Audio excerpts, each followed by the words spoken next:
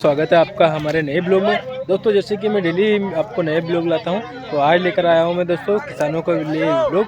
तो यहां पर आज कावेरी कंपनी की मीटिंग रखी गई थी दोस्तों, तो काफ़ी अच्छी लगी दोस्तों। तो इसका वीडियो आप देखते रहे और अभी हम किसान को प्रदर्शन करवा रहे हैं दोस्तों, और कैसा लगेगा कमेंट बॉक्स में आप ज़रूर बताना है दोस्तों। किसान आए हुए हैं और काफ़ी अच्छा प्लॉट लगा है दोस्तों, और ज़्यादा से ज़्यादा वीडियो को शेयर करना और बताना कमेंट बॉक्स में कैसी रही मीटिंग दोस्तों।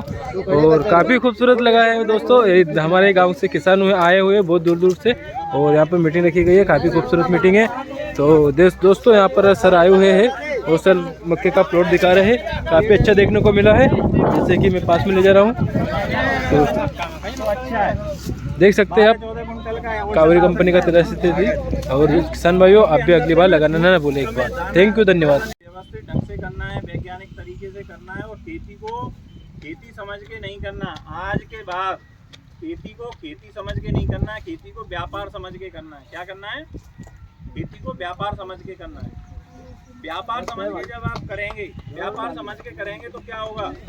जब आप हमारी व्यापारी वाली सोच आ जाएगी, व्यापारी वाली सोच आ जाएगी, तो खेती में हमें सिर्फ ये नहीं करना है कि हमने ये उगाना है, इतना है।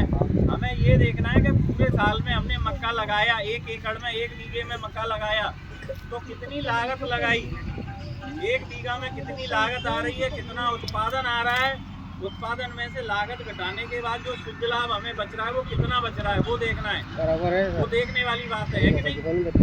तो वो जब देखने लगेंगे, वो कब देखेंगे? जब हम व्यापारी, किसान से व्यापारी बन जाएंगे। क्योंकि व्यापारी क्या देखता है? जब आप मंडी में गल्ला बेचने जाते हैं कि नहीं? तो गल्ला बेचने जब जाते हैं तो व्यापारी आपको चाय पिलाता है, 2-5 रुपए की चाय पिलाता है। तो उसको क्या करता है? वो खाते में लिखता है, खर्चे में डालता है, रोजाना के खर्चे में डालता है। तो जितना भी खर्चा होता है वो रोजाना के खर्चे में डालता है। तो जो व्यापारी होता है वो रोजाना छोटा छोटा खर्चा भी डालता है। तो शाम को दुकान बढ़ाते समय वो अपनी रोकड़ का मिलान करता है कि मैंने 50,000 रुपये आया और 40,000 रुपये गया, तो 10,000 रुपये मेरे गले में है कि नहीं है, वो गिनता है। जब तक वो रकम मिलाता नहीं है तब तक दुकान पे ही बैठा रहता है, मिलान मिलाए। तो ऐसे ही क्या है, मेरा हाथ जोड़ के आप लोगों से भी निवेदन है कि आप लोगों को भी बुवाई से लेके कटाई तक का सारा खर्चा हमें लिखना है। क्या करना है? बुवाई से लेके कटाई तक का सारा खर्चा, आना पाई का हिसाब होना चाहिए। जब पूरा खर्चा लिखेंगे तो क्या निकल के आएगा? जब अगर हम लिखा पढ़ी करेंगे तो हमको आईना दिखेगा। हमको आईना दिखेगा कि हम कहाँ खड़े हैं, हमने मक्के में कितनी लागत लगाई और कितना उत्पादन हुआ। और उत्पादन में से लागत घटाने के बाद जो शुद्ध लाभ, जो मेरी जेब में आने वाला, जो मेरे बच्चों को, जिससे मेरे बच्चों का पालन पोषण होगा, वो कितना कितना बचा। सही है, तब समझ में आएगा।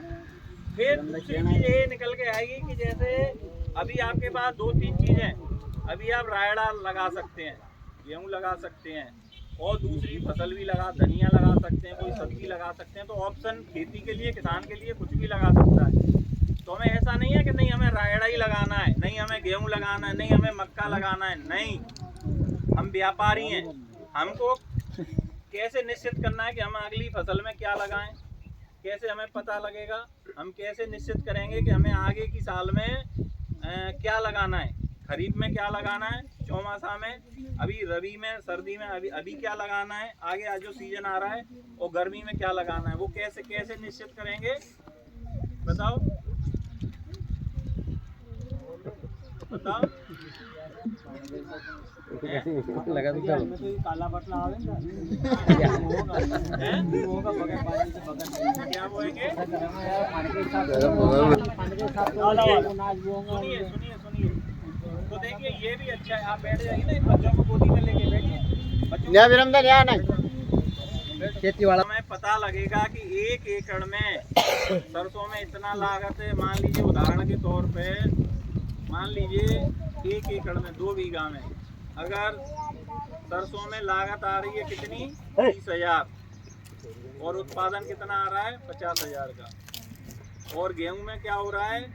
गेहूं में लागत आ रही है 40,000 और उत्पादन कितना आ रहा है? 50,000। और मटर में क्या हो रहा है, मटर में लागत आ रही है 30,000 और उत्पादन कितना आ रहा है 60,000। तो कौन सी फसल लगाओगे बताओ? समझ में आया? आया समझ में कि नहीं? कौन लगाएगा मटर? कितने लोग मटर लगाएंगे? हाथ खड़े करो।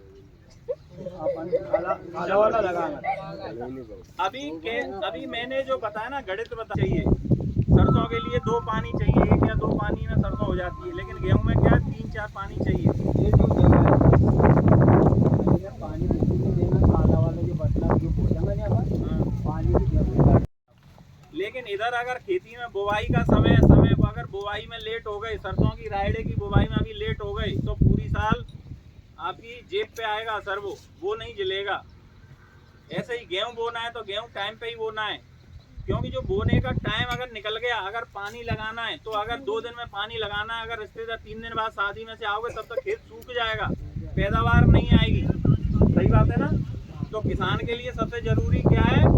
खेती समय पे सारा काम, बुआई, खाद, पानी, निराई, गुड़ाई, दवा, कटाई, सब काम समय पे होना चाहिए खेती में। क्योंकि पौधे को नहीं पता, उसको पानी आज चाहिए तो चाहिए, दवा चाहिए तो चाहिए। आज अगर खेत में ओट आ रही है, मतलब बुवाई के लिए तैयार है, तो आएगी तो फिर बुवाई हो पाएगी? नहीं हो पाएगी। फिर दोबारा से पानी देना पड़ेगा, परिवर्तन करनी पड़ेगी, तब तो मतलब जो मौका है बुवाई का, एक सही तरीका है, वो सही समय पे बुवाई नहीं हो पाएगी। जब सही समय पे बुवाई नहीं हो पाएगी तो फिर उत्पादन कहाँ से आएगा? नहीं आएगा। तो हर काम समय पे होना चाहिए। और सारी चीजें आपको स्वयं, खेती में क्या है, किसान को खुद स्वयं खड़े रह के, लेबर के भरोसे कुछ नहीं हो सकता, मजदूर के भरोसे कुछ नहीं हो सकता, ठीक है? दूसरों के भरोसे खेती नहीं होती। खेती और पशुपालन, जमीन हो कितनी भी अच्छी फसल लगा दो, अगर आप नहीं देखेंगे तो आपको खेती में प्रॉफिट नहीं होगा, लाभ नहीं होगा, नुकसान होगा। क्यों होगा? क्योंकि वो चूक जाएंगे, नुकसान, लापरवाही होगी कहीं ना कहीं, और जरा सी लापरवाही हुई तो उत्पादन कम हो जाएगा।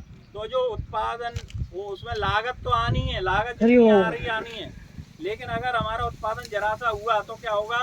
उत्पादन और लागत दोनों बराबर अगर हो गई तो नो प्रॉफिट नो लॉस पे जाएंगे, मतलब 50-30 हजार। तो हमें क्या करना है? कैसे भी करके हमें उत्पादन तो हमें 60,000 का लेना ही लेना है, और जो लागत है वो लागत हमें 30,000 से भी नीचे करनी है, मतलब कम से कम लागत में अधिक से अधिक उत्पादन लेना है, जिससे हमारा जो बीच वाला जो प्रॉफिट है वो हमारा बढ़ना चाहिए। चाहे लागत कम करके प्रॉफिट बढ़े या उत्पादन बढ़ाने से हमारा जो शुद्ध लाभ है वो हमारा बढ़ना चाहिए। तो ये व्यापारी वाली सोच हो गई, हमें कैसे भी करके लाभ होना चाहिए। कौन सी फसल से रेट अच्छा मिल रहा है, कौन सी हमारे खेत में सुइटेबल, हमें वो फसल लगानी है। तो हमारी सोच कौन सी होनी चाहिए? व्यापारी वाली। और हमें पूरा लिखा पढ़ी करनी है, हमें देखना है कि कौन सी फसल में हमें ज़्यादा लाभ हो रहा है। इसके बाद में हमें खेती को व्यवस्थित ढंग से करना है, वैज्ञानिक तरीके से करना है, ठीक है? एक कहावत मैंने दूसरों पे नहीं छोड़ना, बच्चों पे भी। बच्चे भी आजकल कोई खेत में नहीं जाता, कोई काम करना पसंद नहीं करता है। करता है?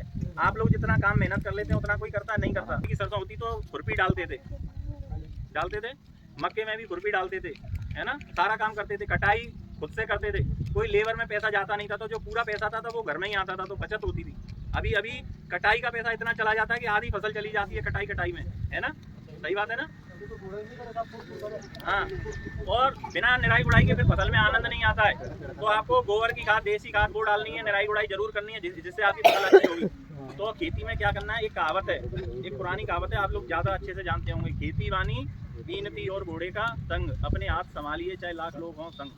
सुनिए ये कहावत, आप लोगों ने सुनी होगी, बुजुर्ग लोगों ने, हैं? सुनी है कि नहीं सुनी है? अंकल जी आपने सुनी है? तो बताओ जरा, इसका थोड़ा समझाओ। किसान के पास जानवर नहीं है तो कहाँ से तो दूध पिएगा, वो कहाँ, ये है ना, वो नहीं मिलेगा। तो एक दूसरे को जब करेंगे तो उसी से चलता है किसान का जीवन यापन, ऐसे ही चलता है। लेकिन क्या है, अगर व्यवस्थित ढंग से करेंगे तो वो अच्छा चलेगा। तो मैं थोड़ा सा अब इस पे आता हूँ कि ये जो खेती है, खेती हमें करनी है। मैंने बता दिया कि हमें अच्छे से व्यवस्थित ढंग से खेती करनी है, तन मन धन से खेती करनी है। खेती क्या है, एक तरीके से खेत जो है ना आपका, जितनी भी जैसी भी जमीन है, वो क्या है, वो भगवान ने ऐसा दिया है सिर्फ इसीलिए। खेती में से आप सोचो कि आप लखपति करोड़पति हो जाएंगे, तो होने वाले नहीं है। खेती भगवान ने इसलिए दी कि आपको किसी दूसरे के दरवाजे, किसी दूसरे के गांव में आपको मेहनत मजदूरी करने नहीं जाना पड़ेगा।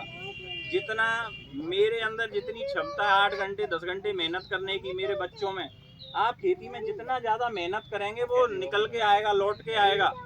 खेती में आप जितना पैसा लगाएंगे 1000 10,000 20,000 जो खर्चा करेंगे वो रिटर्न होके आएगा, 4 गुना लौट के आएगा। आएगा कि नहीं?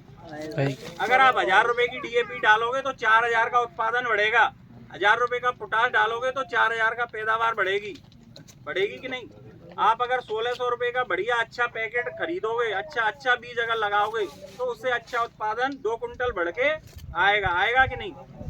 तो यही है खेती। क्या है खेती को, मैं फिर बोल रहा हूँ, खेती को व्यवस्थित ढंग से करना है, वैज्ञानिक तरीके से करना है और सारा काम समय पे करना है, किसी के भरोसे नहीं रहना और सारी चीजें संतुलित मात्रा में डालनी है, चाहे वो खाद हो, बीज हो, दवा हो, पानी हो, समय पे देना है, समय को चूकना नहीं है, मौके पे करना है सारा काम, मौके पे चौका लगाना है। समझ गए मेरी बात? आपका नेता नगरी, राजनीति, शादी ब्याह, समाज की जो चीजें हैं रहना है, लेकिन वो बाद में।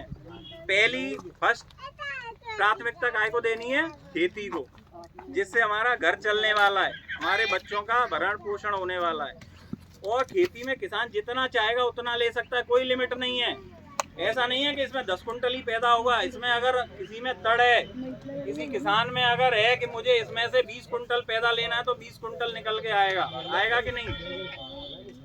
अशोकनगर में 21 कुंटल का बीघा मक्का कटी है, 83-33 कितनी 21 कुंटल का बीघा।